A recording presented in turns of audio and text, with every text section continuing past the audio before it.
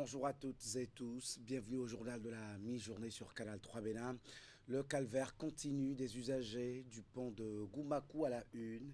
Ils sont obligés de payer les services de passeurs-nageurs pour la traversée du plan d'eau à hauteur de 500 francs. En partance ou en provenance de Boukoumbe et Tangueta, c'est la croix et la bannière sur place depuis quelques jours maintenant. Les 69 membres de l'Assemblée consultative du Conseil national de l'éducation, plus que jamais engagés pour l'enracinement des filières technologiques et scientifiques au Bénin, ils referment une fructueuse troisième session pleine de recommandations. L'installation d'un comité interministériel de mise en œuvre est actée. Près de 95 000 riziculteurs et cotonculteurs bénéficiaires de l'assurance agricole incendielle basée sur le rendement. La phase 2 du projet pilote d'intégration démarre sur les cendres d'un premier épisode à grand succès en 2024 et 2025. Les producteurs concernés reçoivent les chèques à Cotonou. Pour la traversée Tangueta-Boukoumbe à hauteur du pont de Koumagou, les usagers déboursent désormais chacun une somme de 500 francs CFA.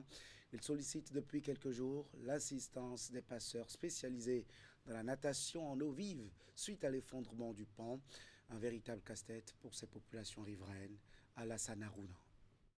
500 francs CFA, c'est le prix à payer pour rallier l'une ou l'autre rive du fleuve Koumagou sur l'axe Manta-Boukoumbe.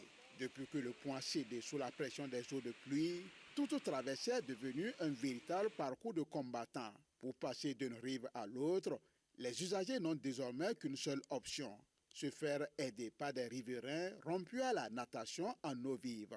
Hommes, femmes, enfants et marchandises sont transportés à dos d'hommes ou à bout de bras contre rémunération.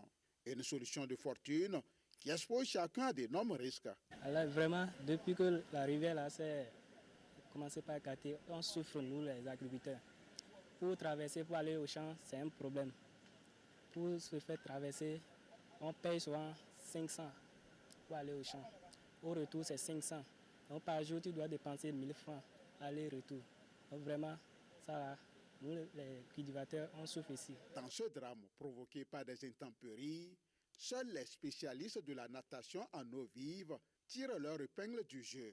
Le malheur des uns faisant le bonheur des autres. Depuis que le pont a cédé là, nous aidons les hommes pour les faire traverser. Et on demande de faire un geste, de nous trouver souvent quelque chose, ce qu'il a à son gré. On fait traverser souvent les hommes à pied. La moto, c'est impossible. Dans l'impossibilité de franchir le pont de Koumagou, les motocyclistes sont contraints de faire un long détour par Corontière. C'est le cas de ces cultivateurs de Tabota qui, pour s'approvisionner en intrants agricoles, n'ont eu d'autre choix que d'emprunter cet itinéraire de contournement, également affecté par des eaux pluviales. L'eau a envahi le pont là. Maintenant, on était obligé de continuer par Corontière pour prendre vers la montagne, aller à Nata encore pour prendre de l'engrais. Donc nous sommes sur la voie comme ça, en train de descendre sur la montagne pour rentrer. Voilà, même les petits ponts qui sont sur la voie, ce n'est pas bon aussi. Tout est envahi par l'eau. Donc on ne sait même pas comment on va faire pour traverser ces petits ponts-là. Donc quand Koumagou était là, on faisait 50 km de Boukoumbe à Tabota. Maintenant, voilà que Koumagou est gâté, on est obligé de faire quelque chose de 100 km.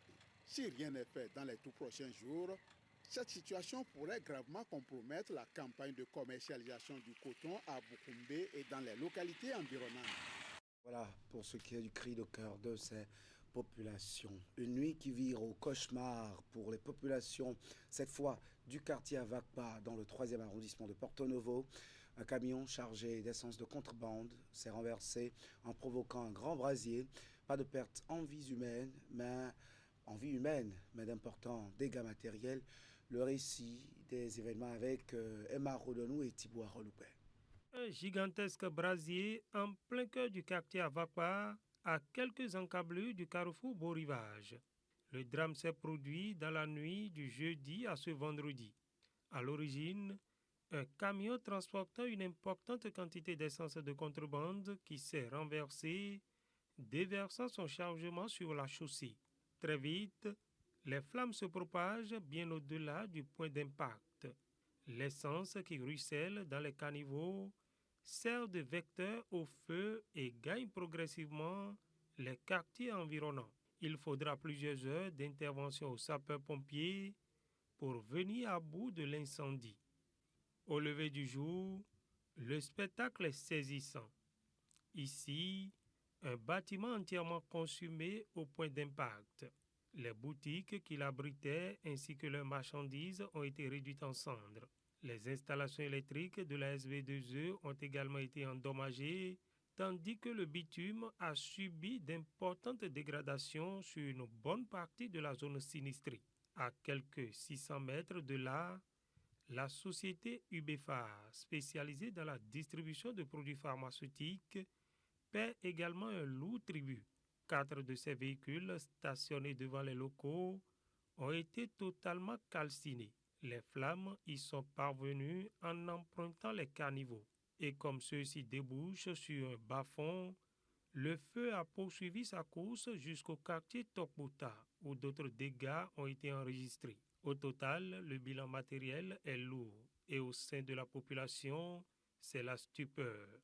Hier nuit, il y avait un grand bruit que toute la population a pris et les gens sont sortis. On a constaté que c'est un véhicule transportant de l'essence qui a fait accident et il y avait du feu. Ça a brûlé même le bâtiment que vous voyez derrière moi.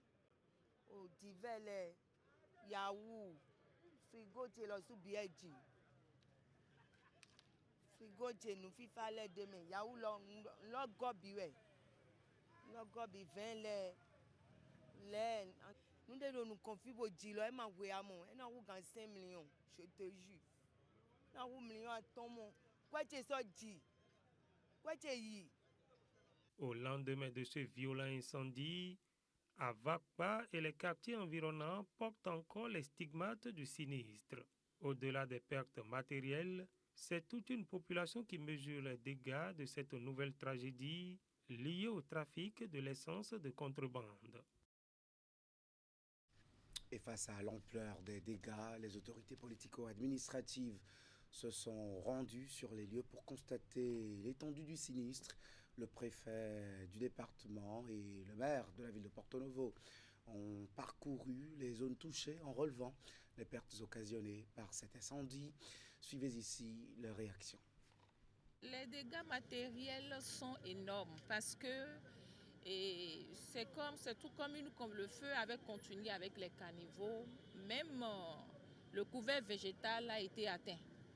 Le couvert jusqu'au bas-fond, vous avez vu aussi l'ampleur des dégâts.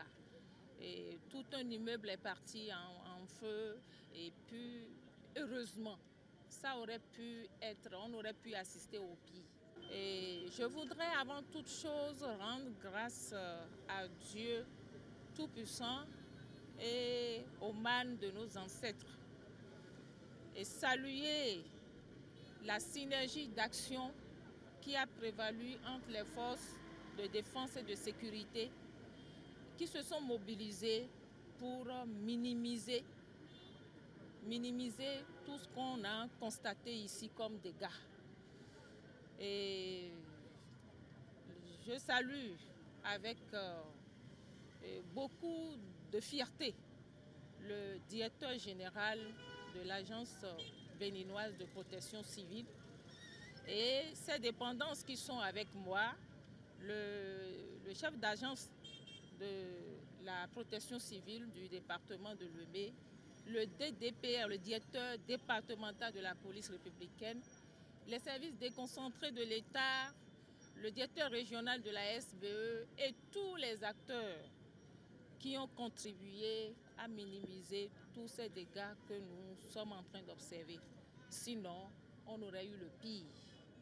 Nous tenons d'abord à remercier l'Éternel parce que ces dégâts se sont limités seulement au matériel. Donc c'est essentiellement les dégâts matériels que nous avons connus. Il n'y a pas eu de pertes en vies humaines ni de blessés qui soient enregistrés. À ce titre, on ne peut que louer l'Éternel. Voilà, un comité interministériel voit le jour pour veiller à l'effectivité de la promotion des filières technologiques et scientifiques dans l'école au Bénin. La mesure est une des 30 recommandations de la 3e session de l'Assemblée consultative du Conseil national de l'éducation. La cérémonie de clôture des travaux avec Hugues Vignigbe et Moufid Saboura. De disponibiliser le temps pour pouvoir discuter. 30 recommandations orientées vers tous les secteurs de l'écosystème éducatif pour faire des filières technologiques et scientifiques de véritables leviers de développement pour le Bénin. C'est ce qu'il ressort des 2 jours et demi de conclave de l'Assemblée consultative du Conseil national de l'éducation. En vue de garantir le suivi des conclusions, un comité interministériel est constitué. Cette cérémonie de clôture a également été marquée par la lecture et l'adoption du rapport final des travaux.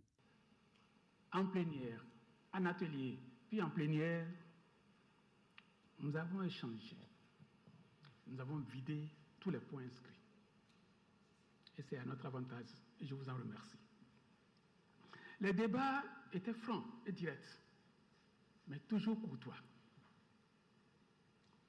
Des enseignements importants en ont été tirés. Et des recommandations pertinentes, fortes, ont été formulées. Je prends l'engagement de veiller à ce qu'elles soient exécutées dans la mesure de mes pouvoirs. L'Assemblée consultative du Conseil national de l'éducation est composée de 69 membres. Bien que son pouvoir se limite à la consultation, les résultats des travaux de cet organe sont toujours pris en compte par les pouvoirs publics, a déclaré son président. Être satisfait de ce que nous avons fait. Eh bien, le ministère de l'Enseignement supérieur et de la Recherche scientifique édifie les nouveaux bacheliers du ZOU sur l'orientation académique. Le service a été assuré par l'équipe rectorale de l'Université nationale des sciences, technologies, ingénierie et mathématiques UNESTIM d'Abomey. Une délégation conduite par le ministre conseiller en charge du sous-secteur était aussi à ses côtés. Voici les précisions de Imet Elena Moussou et Georges Vaudon.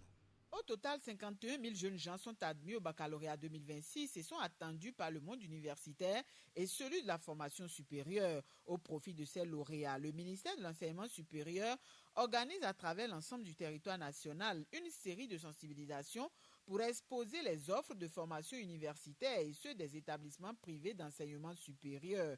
À Abomey, c'est l'Université nationale des sciences, technologies, ingénierie et mathématiques qui a accueilli les échanges. Cette campagne met à la disposition des nouveaux bacheliers et aussi à leurs parents des informations pertinentes pour faire des choix éclairés. Le monde universitaire offre de multiples possibilités et de nombreuses opportunités et face aux innombrables propositions, la campagne nationale d'information et d'orientation des nouveaux bacheliers se propose d'apporter aux impétrants et à leurs parents les informations et la documentation nécessaires pour opérer des choix judicieux. Et pour réussir l'exercice, il faut se baser prioritairement sur le talent et les besoins du marché de l'emploi, conseillent les orateurs. La première chose dont il faut tenir compte pour faire son choix, c'est soi-même, c'est son propre talent, c'est son aptitude. Le Bénin a besoin davantage d'ingénieurs, de médecins, d'architectes, de techniciens supérieurs, d'informaticiens, de spécialistes de l'intelligence artificielle, de chercheurs, d'agronomes, de biotechnologistes, d'experts en énergie, en industrie, en logistique, en numérique, en environnement et dans les métiers de la transformation industrielle. La formation en sciences est donc vivement encouragée, rappellent les acteurs. Cependant, les bacheliers devront opérer leur choix de formation en tenant compte de leurs aptitudes et aspirations. Les choix sont attendus au plus vite afin de faciliter la poursuite du processus d'entrée dans les diverses universités. Et l'Agence nationale pour l'emploi a poursuivi Cette série de séances d'orientation et d'information au profit des élèves et étudiants dans le département du Koufo. C'est à Plaroué que cette semaine, une autre séance a été organisée. Le thème, garantit ton emploi de demain par ton orientation aujourd'hui. Narcisse Alosset, Florando. Dans une salle des fêtes de l'hôtel de ville d'Aplaroué, bondée de monde, majoritairement de jeunes bacheliers, les responsables de l'Agence nationale pour l'emploi débarquent avec un message. Ne pas choisir au hasard sa filière après le bac. Et pour véhiculer ce message, une séance de sensibilisation baptisée Journée d'orientation et d'information de l'élève et de l'étudiant. Beaucoup de jeunes bacheliers finissent le cursus et c'est à la fin du cursus qu'ils découvrent qu'ils se sont trompés. Ils ont eu des diplômes sans savoir pour quel marché. Chers élèves et étudiants, je vous invite donc à suivre avec la plus grande attention les communications, conseils et échanges qui jalonneront lors de cette journée. Des communications animées par plusieurs panélistes qui ont partagé avec l'assistance témoignages inspirants et conseils pratiques pour l'orientation et l'insertion professionnelle. Nous constatons aujourd'hui sur le marché du travail qu'il y a plusieurs métiers qui n'ont pas de répondants. Donc, il ne suffit pas aujourd'hui pour le jeune de choisir un métier parce que ce métier-là lui plaît, le titre est ronflant, ça lui plaît. Non, il y a plusieurs paramètres à mettre en lien avant de s'orienter vers une filière, avant de choisir un métier. Et visiblement, la séance a été bénéfique pour nombre de participants. Le cas de Merveille, nouvelle bachelière, qui était venue avec un air de confusion dans la tête, mais qui dit repartir avec une certitude. Depuis que j'ai eu mon BPC, j'aimerais faire la comptabilité. Mais à travers les choix, je suis un peu mélangée pour le moment. Mais je sais à travers la journée d'orientation et de l'information de l'élève et de l'étudiant, je vais essayer de faire mon choix, de me patienter pour le moment. Contenu justifié donc pour le thème de cette séance. Garantis ton emploi de demain par ton orientation aujourd'hui. Le même thème a fait l'objet d'échanges concrets 48 heures plus tôt à Kétou, dans le département du Plateau.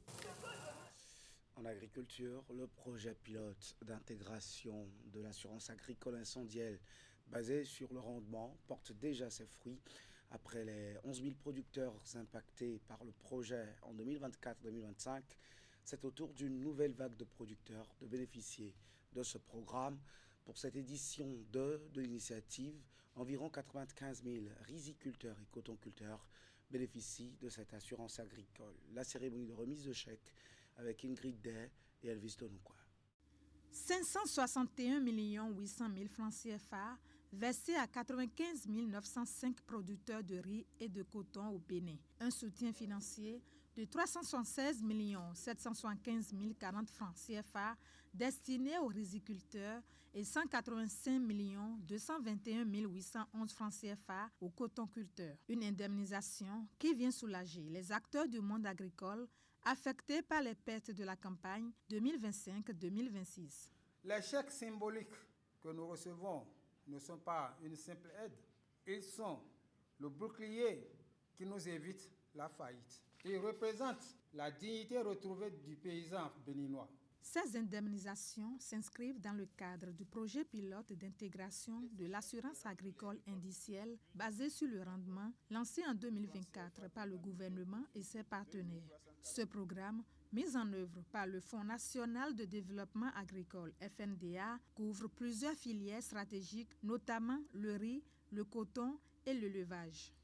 La Suisse salue les efforts constants engagés par le gouvernement du Bénin pour faire de l'agriculture un levier stratégique de croissance économique, de sécurité alimentaire et de création d'emplois. Je voudrais donc demander beaucoup plus d'adhésion de votre part et j'encourage également l'ensemble des producteurs qui n'ont pas pu encore souscrire, n'est-ce pas, à rejoindre cette dynamique dès à présent et pour les prochaines campagnes agricoles. En poursuivant cette dynamique, nous construirons une agriculture plus compétitive, plus résiliente face au changement climatique et plus créatrice de richesses pour nos populations, surtout pour les jeunes et pour les femmes. En 2 ans, ce programme a déjà impacté plus de 106 000 producteurs. Une réussite rendue possible grâce au soutien des partenaires clés tels que Sounou Assurance, NCA Assurance, Pula, la coopération suisse et l'USDEV. Enabel Bénin honore son traditionnel rendez-vous annuel de camp de vacances au profit des jeunes et adolescents de la région du Koufo. Cette année, l'événement a eu lieu au Centre Amis des jeunes de Koulé-Kama dans le département. L'organisation belge associe à ces séances de sensibilisation sur la santé sexuelle et reproductive une formation à l'auto-emploi. Narcissa Lossin. Concentrés et appliqués comme dans un centre d'apprentissage classique, ces jeunes gens et jeunes filles sont des pensionnaires occasionnels du Centre Amis des jeunes de Koulé-Kama créé par Enabel. Et au Centre Amis des jeunes de Koulé-Kama, nous offrons aux jeunes et adolescents de 10 à 24 ans 3 services, le service ludique, le service clinique et le service didactique. Et c'est l'un de ces services qui est offert ici à travers une formation à l'auto-emploi. L'instant de cette période des vacances scolaires, ils sont initiés à la fabrication des objets de valeur tels des sacs à main, des éventails et des boucles d'oreilles. C'est une vision qui permet à l'adolescent jeune demain de savoir autonomiser. Parce qu'après les études, il faut aussi savoir faire quelque chose. Et que les miettes que les garçons vont tendre devant elles pour pouvoir alors acheter leur conscience pour qu'ils tombent dans des erreurs. Alors le partenaire Passeris Enabel est en train de refuser ça. Une initiation à l'artisanat parallèlement à leur formation académique. Et quelques heures après le lancement de ce camp des vacances, les pensionnaires font déjà parler leur génie. Et il y a des jeunes depuis hier là qui se sont déjà engagés. Et à la fin de la séance d'hier, ils ont déjà commandé des matériels pour pouvoir commencer en même temps à la maison. Je suis très heureuse d'être sélectionnée dans ce groupe Enabel parce que c'est une occasion pour moi. À cette formation à l'auto-emploi, Enabel rend disponible sur ce centre Amis des jeunes de Koulé-Kama des séances de sensibilisation sur la santé sexuelle et reproductive. Parce que nous avons compris que c'est difficile pour les parents d'aborder des questions de la sexualité avec les ados jeunes. Si un ado ou un jeune a des notions nécessaires sur la sexualité, je crois que son avenir est douteux. Il faut donc remplacer le doute par l'épanouissement. Et tout comme les séances de sensibilisation, la formation à l'auto-emploi aussi se fait dans une ambiance bon enfant. Les collectifs des artisans de Boïcon et d'Abomey fêtent la journée de l'artisan béninois en différé. Les festivités ont mobilisé de nombreux acteurs de divers corps de métier, membres d'associations multiples. Imet Hélène Amoussou pour les détails de ces manifestations. Les artisans d'Abomey et ceux de Boïcon, à l'instar de leurs pairs des autres communes du Bénin, ont commémoré la journée de l'artisan béninois dénommée JAB, dédiée à la célébration des métiers. Les festivités offrent l'occasion aux acteurs de se retrouver, communier et resserrer les liens en vue de l'harmonisation des pratiques professionnelles et le développement des différents corps de métiers. À Abomey, c'est la place Goro qui a abrité les festivités. Cette cérémonie nous réunit dans un même élan de reconnaissance envers un secteur trop souvent discret, mais essentiel, l'artisanat béninois. À Abomey, nos sculpteurs, tisserands, forgerons, couturiers, coiffeurs, menuisiers, mécaniciens, maçons, potiers et bien d'autres métiers perpétuent des traditions séculaires tout en s'adaptant aux exigences du monde moderne. Contrairement à la sobriété observée à Abomey, les réjouissances dans la ville Carrefour ont démarré par une caravane qui a échoué à la maison des artisans de Boïcon. Sur place, les travailleurs manuels ont eu droit à une communication, un défilé de mode ou encore des animations culturelles. Cette journée est l'occasion de rendre hommage à tous ceux qui, par leur savoir-faire, leur créativité et leur courage, contribuent chaque jour au développement de notre pays. Malgré les difficultés, vous continuez toujours de faire preuve de courage et de persévérance. Les artisans de notre commune, nous sommes ensemble que nous allons travailler pour le développement de Boïcon en comptant sur les artisans. Les manifestations à Abomey comme à Boïcon ont reçu la visite de la délégation départementale, de la Chambre des métiers et de l'artisanat du Bénin et de plusieurs autorités et sympathisants. Différentes prises de parole ont permis à plusieurs responsables d'appeler leurs mandants à l'union et l'entraide pour le rayonnement effectif de l'artisanat béninois. Sport pour finir, les playoffs du championnat professionnel de volleyball saison 2026 tendent progressivement vers la fin. Les différentes rencontres des demi-finales masculines et féminines ont été disputées au Hall des Arts, Loisirs et Sports de Cotonou. Au soir de cette nouvelle étape de la compétition, les équipes finalistes sont connues. Candide Ouattara. Les choses commencent à véritablement se dessiner au cœur du championnat professionnel de volleyball. Sur les 16 clubs engagés dans cette dernière ligne droite, il n'en reste que 4 à un pas des 2 titres nationaux de la saison 2026. Même après 3 jours de compétition intense, le rythme n'a pas baissé. Le spectacle était encore au rendez-vous lors des différentes demi-finales, avec des matchs disputés jusqu'au bout, chez les dames comme chez les hommes. Au niveau des messieurs, les Verts Blancs de Finance VBC arrachent leur qualification pour la finale devant Énergie Volleyball Club. Un duel épique soldé par une victoire maîtrisée de 3-7 à 0. On a pu les contenir, on ne les a pas laissés dérouler leur jeu. C'est la chance qu'on a eue pour pouvoir gagner. Dans la seconde demi-finale, les militaires d'Adidjan ont eu du fil à retordre face aux policiers de l'AS Police. Ils se qualifient au bout d'une rencontre laborieuse, soldée par un score de 3-7 à 2 pour rejoindre en finale Finance VBC. L'intensité actuellement dans le jeu, si tu avais fait le volleyball il y a 2 ans, 3 ans derrière et que tu reviens dans le championnat béninois, tu seras en retard par rapport à l'intensité et à la notoriété de notre championnat. Un peu plus tôt, ce sont les dames qui ont offert de belles prestations au public lors des 2 demi-finales riches en surprises. Amal Volleyball Club qui signe sa première saison en professionnel sort Queen VBC, équipe vice-championne de la saison précédente. De l'autre côté, les filles de Dynamique VBC font tomber les championnes en titre et s'apprêtent à goûter à la finale. Le discours avant la finale, c'est juste de jouer comme on l'a joué. On a commencé depuis le début de cette compétition et de savoir que nous sommes arrivés, c'est pour marquer l'histoire. Comme je l'ai dit aux filles, nous devons écrire notre histoire. D'une journée à une autre, il y a du spectacle. D'une journée à une autre, il y a des surprises. D'une journée à une autre, on découvre beaucoup de choses de palpitantes. Mais c'est tout ce qu'on souhaitait. Amal VBC va défier Dynamique dans une finale inédite qui s'annonce spectaculaire entre 2 adversaires ambitieuses. Le rendez-vous est pour ce samedi au Hall des Arts Loisirs Sports de Cotonou pour découvrir les champions et championnes de la saison 2026. Et c'est dans quelques petites minutes cet épilogue. Ce journal, lui, il est déjà à sa fin. Merci de l'avoir suivi. Bon week-end en compagnie de nos programmes.